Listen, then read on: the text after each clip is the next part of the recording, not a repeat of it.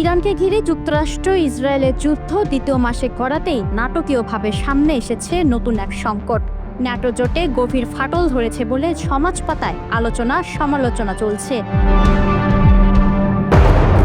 President Donald ট্রাম্পের চাপ থাকা সত্ত্বেও ইউরোপীয় মিত্ররা যুক্তরাষ্ট্রকে সহযোগিতা করা থেকে পিছিয়ে আসায় মূলত এই জল্পনা ও আলোচনার উদ্রেক হচ্ছে।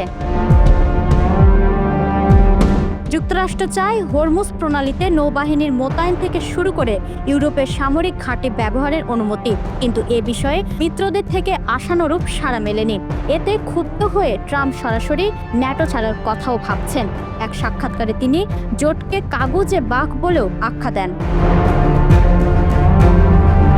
একই সুর শোনা যায় পররাষ্ট্রমন্ত্রী মার্কো রুবিওর কণ্ঠেও। তিনি বলেন, ন্যাটো যদি শুধু ইউরোপের নিরাপত্তা নিশ্চিত করে কিন্তু যুক্তরাষ্ট্রের স্বার্থে পাশে না দাঁড়ায়, তাহলে এই ব্যবস্থার নতুন করে মূল্যায়ন প্রয়োজন। এতে বোঝা যাচ্ছে জোটের ভেতরে আস্থার সংকট দ্রুত গভীর হচ্ছে। সবচেয়ে কঠোর অবস্থান নিয়েছে স্পেন। দেশটি স্পষ্ট করে জানিয়েছে যুক্তরাষ্ট্রের যুদ্ধ বিমান তাদের আকাশসীমা ব্যবহার করতে পারবে না। এর আগে তারা যৌথভাবে পরিচালিত সামরিক ঘাঁটি ব্যবহারের অনুমতি বাতিল করে। প্রধানমন্ত্রী পেদ্রো সানচেজ এই যুদ্ধকে অযৌক্তিক ও বিপজ্জনক বলে মন্তব্য করেছেন। ইতালিও যুক্তরাষ্ট্রকে সিসিলির একটি সামরিক ঘাঁটি ব্যবহারের অনুমতি দেয়নি বলে খবর এসেছে। যদিও রোম জানিয়েছে ওয়াশিংটনের সঙ্গে তাদের কোনো সংঘাত নেই। অন্যদিকে যুক্তরাজ্য সীমিত সহযোগিতা দিচ্ছে, শুধুমাত্র প্রতিরক্ষামূলক অভিযানের জন্য তাদের ঘাঁটি ব্যবহারের অনুমতি দেওয়া হয়েছে। ফ্রান্সও কঠোর অবস্থানে রয়েছে। ইসরায়েলের উদ্দেশ্যে সামরিক সরঞ্জাম ব্যবহারকারী বিমান যেন না যেতে পারে, সেজন্য তারা তাদের আকাশসীমা ব্যবহার করতে দেয়নি। এ নিয়ে ট্রাম্প প্রকাশ্যে ক্ষোভ ঝেড়েছেন।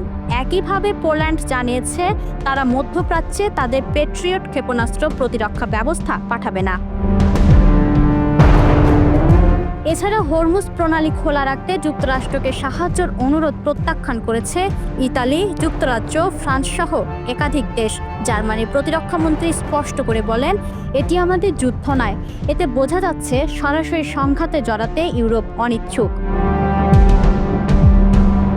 তবে কিছু সীমিত সহায়তার বিষয়ে আলোচনা চলছে। উদাহরণস্বরূপ, ব্রিটেন মাইন অপসারণে ব্যবহৃত ড্রোন নিয়ে অন্যান্য মিত্রদের সঙ্গে পরামর্শ করছে। কিন্তু ট্রাম্প এর চেয়েও বেশি আগ্রাসী পদক্ষেপ চান। তিনি মিত্রদের উৎসাহ দিয়ে সরাসরি হরমুজ প্রণালীতে প্রবেশ করে নিয়ন্ত্রণ নেওয়ার পরামর্শ দিয়েছেন। বিশ্লেষকদের মতে ট্রাম্পের এই বক্তব্য ও প্রকাশিত ক্ষোভ তার সমর্থকদের মধ্যেও প্রভাব ফেলতে পারে।